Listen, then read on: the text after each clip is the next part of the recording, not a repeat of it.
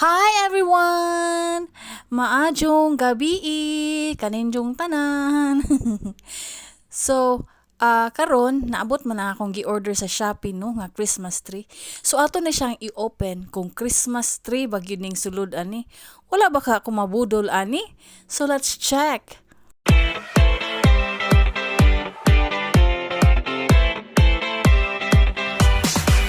Okay, so excited kay kung nag-open ani no kay sus Ginoo ko ug mabudol ni. Unsaon na lang. So ni-decide ko og palit og bag-o nga Christmas tree kay kaning ako ang pag-umangkon si Undoy Renz. Sige na gyud nag-request ako kay perting karaanan natong amo ang Christmas tree in town. Gamay pa in town siya to. He was I believe mga wa pa siya na tao tingali. Oh, or months pa siya adto, wa pa siya 1 year old ato among Christmas tree. Unja natata na in town daghan nag mga missing no. So kani naka chance na gyud ta no, naka budget gamay, naka chance gyud ta og order sa Shopee og mao ni no. So legit di ay Christmas tree ang sulod. Wala dyan ko nabudol, no? Wala ko nabudol, ani. Thank you kay sa seller. Nice kaayo ang Christmas tree. Ug kay wala may manual. Nagmaumao na lang mig ka ng, nagmaumao na lang kog assemble, ani. Sayon raman sabton. Sabutabol ra kaayo. No? Ana lang yun na sumpay-sumpay.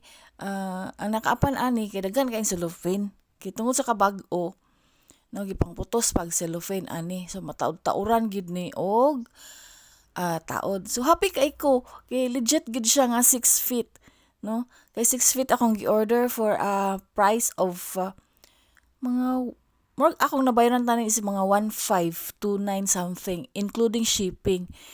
So barato ra na siya, 6 feet na. And wala jud ka agwanta akong pag-umangkon si endurance. Ning tabang na lang jud siya nako kay gusto po siya makakita sa finished product aning amo ako ang gi-assemble kay sa amo ang family tradition, the youngest in the house will have to put the star on the tree. So that signifies nga ready na me for Christmas. So siya being the youngest, di po siya ka-wait nga mupot na po sa stars at ibabaw sa tree. Kay, Pasko na lagi. Bisan og Nobyembre pa, Pasko na. Diri sa balay. Kay, ganahan jud siya no og Christmas. No, kuan and happy po siya kay taas na ang tree. No, mas taas ang tree na mo karon. Course, happy jud pud ko kay wala ko na bodol. So nataod naman ang tree, ato na po ning dekoritan, no? Kaning ako ang decorations. Gisulod na ko og kanang mga boxes. Napagli ko mga extra Christmas wrappers from last Christmas, no? So all year round na siya naadapit sa among sala. Gisuksok na de suok. So naka-store ni in boxes, no? Naka-timing ko dito sa BQ. I think 2 years ago, nakapalit ko ani nga mga boxes for only 49 pesos. Imagine na, no? 49 pesos. Nya, nana ko'y kastoran sa akong mga Christmas decors.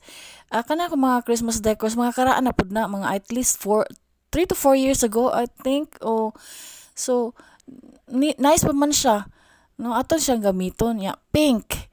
Last year ga pink ako motif kay favorite colors akong mother is pink and red. So karon last year it's pink and gold. Karon ay mag-add ko color nga red.